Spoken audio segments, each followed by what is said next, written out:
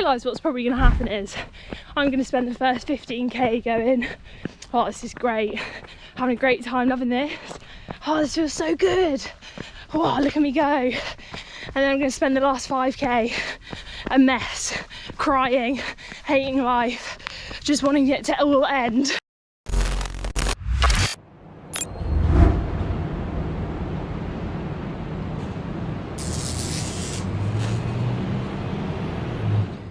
Hi, I'm Sarah and you join me in week 11 of my training to run my first ever marathon. Race day is fast approaching, but I don't even have time to think about that right now because I am in the middle of the hardest block of training on this marathon plan, which includes my longest run ever. So stay tuned because I'm going to be showing you exactly what it's like to run further than you've ever run before and what goes through your head in that precise moment, as well as some top tips for long runs as sent in and commented by you.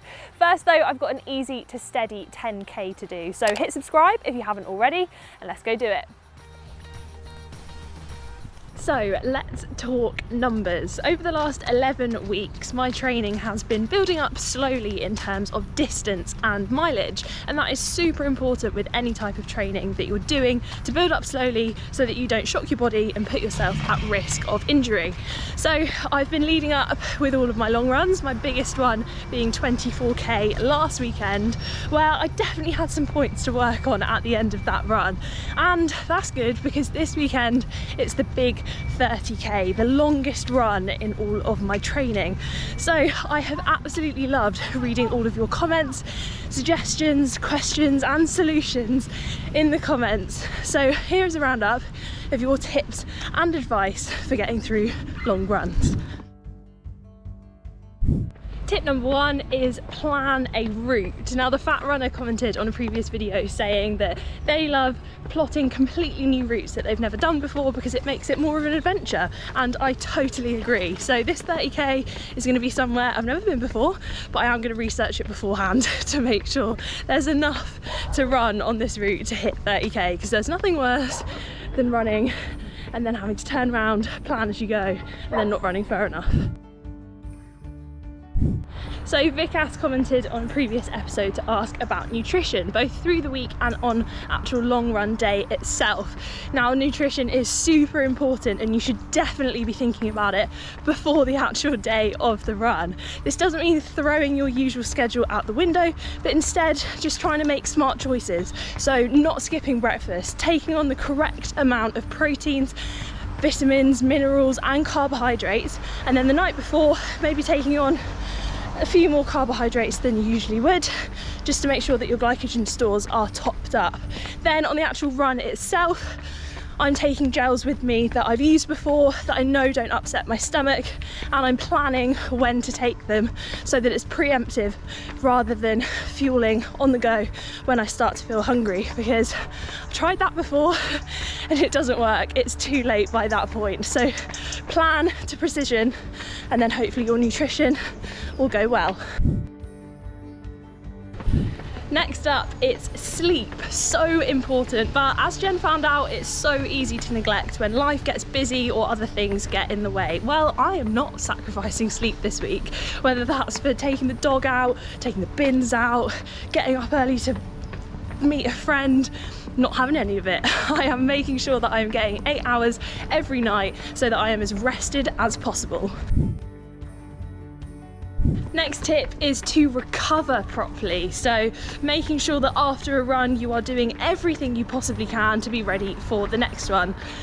This might mean I'm described as lazy this week, but I am okay with that. I have 30k to run and I'm not going to mess this up. I love the advice from Alice P, who said that this is your first marathon. You're never going to have this experience ever again, so try and savour it as much as possible. So that is exactly what I'm going to do. Don't forget prehab. Now I know it can be tempting to let the S&C and the yoga and everything in between go out the window when you've got a big run to do that's going to take up a lot of time, but don't skip it because it's so important. And as Megan can relate to when she was training for her ultra, it can sometimes feel like a chore, but I promise you if you stick with it, it'll pay off on race day.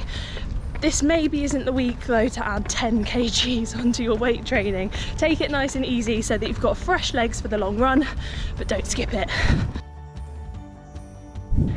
Lots of you in the comments suggested roping in other people to help out on long runs, and so that is exactly what I'm going to do. I've got a friend coming along with me. He didn't fancy running 30k having done no training, so he is going to be cycling alongside me, being my pacer, my cheerleader, water carrier, and you know, maybe I'll ask him to sing some tunes as well if he's up for it. I did the same with a group of friends last weekend and it went really well, although I did spend the first half of the run coaching them whilst they remembered how to ride bikes.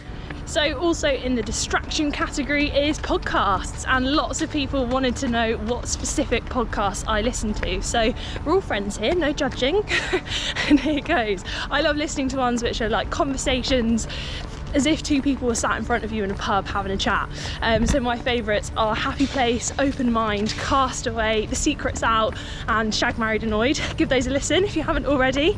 A lot of other people also recommended audiobooks, which I've tried and absolutely loved as well. First one I listened to was The Summer Job by Lizzie Dent, which was like over 10 hours, but I managed to get through it in 3 days. So I think I need to pick a longer book. So those are all the tips that I'm going to be taking with me into my long run, and hopefully that should make it seem really easy. Or is that asking too much for a long run? We shall see. For now though, I've got this 8k to finish off, followed by some strides. So run done, and I just have strides left to do. And to make things a little bit more exciting, I'm going to swap shoes into these, which are the brand new Wave Rebellion shoes from Mizuno. They look fast, they feel fast. I've been doing lots of my interval sessions in these shoes, and it's great to just have something which gives you that little bit extra oomph behind you. It's also made me quite excited for Life Post Marathon and given me something to aim towards, perhaps a PB and something a little bit shorter than 26.2 miles. And we want to help you out with your goals and personal bests as well. So we want to give away a pair of these shoes to one of you. All you have to do to enter is like this video, drop a comment down below.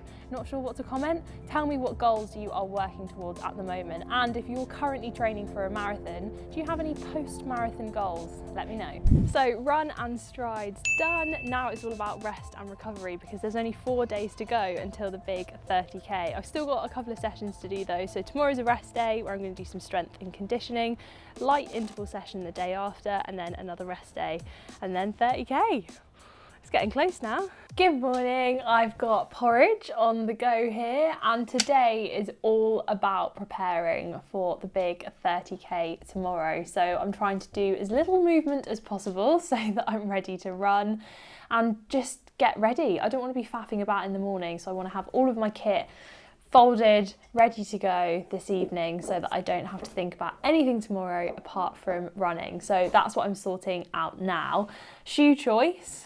I'm of course going to go for my trusty Mizuno Wave Rider 25s. I have had 0 foot pain and 0 blisters from these shoes, and the last thing that I want tomorrow is for a blister to appear or my foot to start hurting. So going to go with these.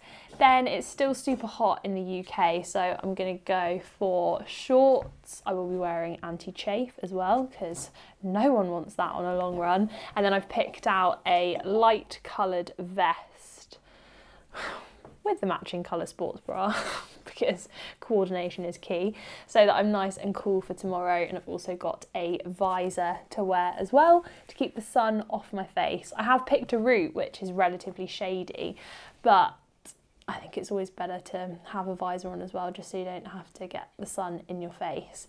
Then all that's left to pack is a vest where I'm going to be carrying water and gels, which I'll be doing on actual race day as well. Although obviously tomorrow there won't be any aid stations, so I'm going to make my friend the aid station. I'm going to give him 2 of these. I don't really know how much water I'm going to need / want tomorrow, so I'm overpacking rather than underpacking, just so that I'm fully prepared. And then if I need to, I can grab one of these from my friend tomorrow whilst I'm running, or ask them very nicely to fill up my soft flask whilst I carry on running. We'll see. Then all that's left to do is make sure that my watch, headphones and my phone are fully charged, and then we're all ready to go. Let's do this. Good morning. So it is 30k day, or what regular people call the weekend.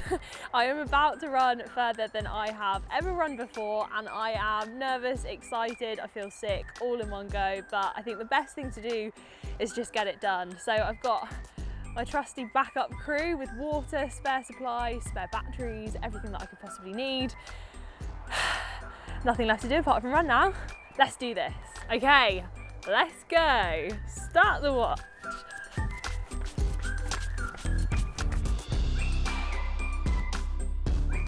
So we're just coming up to 2k. This first 10k is nice and easy. It's feeling all right, but I'm still very aware that we've got 28k to go. Right, 30k thoughts for you. There'll be a few weird thinkings along this run, I'm sure.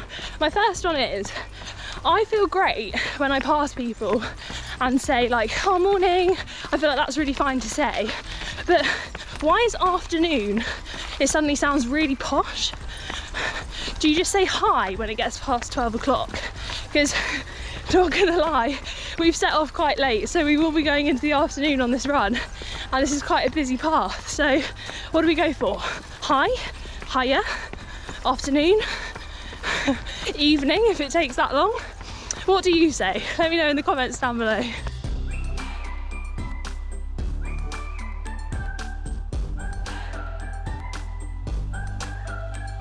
$5k done, tick. 30 minutes for that first 5k, so going well, on track for 1 hour 10k. So just coming up to 8k, feeling good. I'm trying not to make the mistakes that I've made on previous runs, so really sticking to that slowish pace to start off with, not talking too much, and just trying to enjoy it.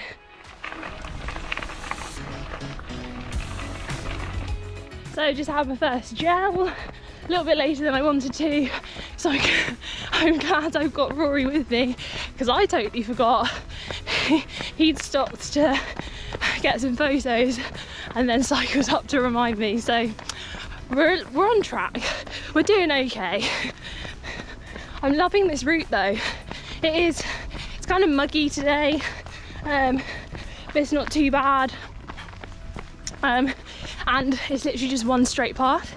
We go out for 15k, then we come back for 15k, which I know for some people would be their absolute worst nightmare, but for me it just means that I can lock into a pace and then just power through, which is what I'm going to do for this final 1k at this pace.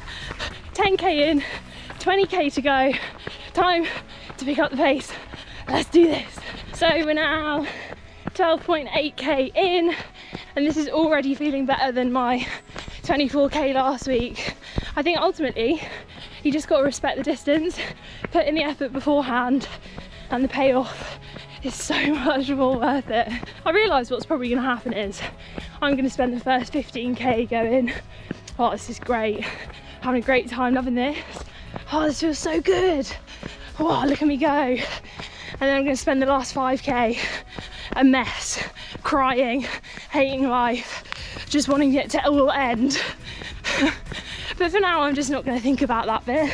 One thing that I love about running really long distances is that on my watch, once you've gone past an hour, the 1 is really tiny, like you can't really see it.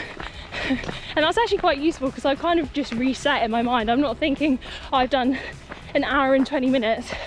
I'm just thinking, right, that's 3.37k in 20 minutes. That's all right. Need to get to 28.45 for 5k. That's brilliant. Mind games, marathon mind games. Just hit some awful stinging nettles and brambles and stuff. So I've had to turn around a little bit before 15k, but that's all right, that's okay, we'll make something work. It's always the way, isn't it? You can plan all you like in the world, but there'll always be some kind of obstacle.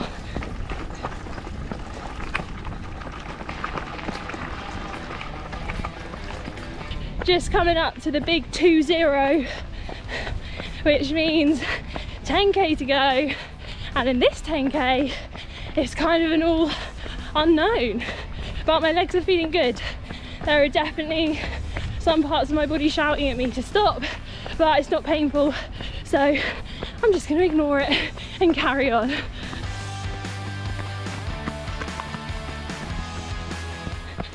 We are coming in to the uncharted territory, 23 kilometers, 0.23. Once we hit 24, I have no idea what's going to happen. I can already feel that my legs are starting to really feel it. I'm tired. I need to take another gel, but I'm feeling strong. Pace that I want to hit is working out so far, so I just need to keep plugging on, plugging in, whatever the phrase is, and get this done. And we are into the unknown. Still feeling strong. I've had my gel, I've had some water. Come on, 6k to go, and then we're finished.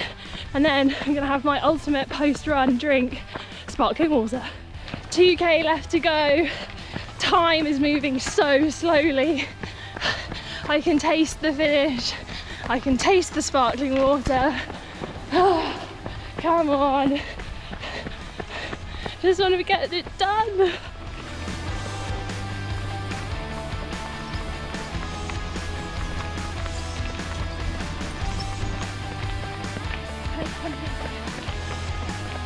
Final sprint, you can do it, come on.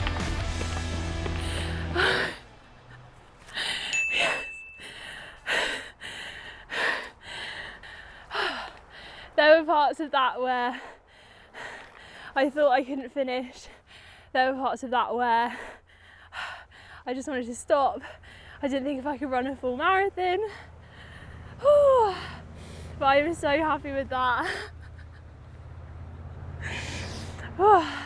I'm sure I'll be even more emotional than this on the actual marathon, but if I can do that, then anyone can do it, and anyone can run a marathon. And fingers crossed, in a few weeks' time, 12k more will feel like a piece of cake. That's the plan. For now though, it's sparkling water time. And shout out to my very patient support crew. If you have anyone in your life who is willing to cycle 30k alongside you, then do it, because there is no way I could have done that without my friend.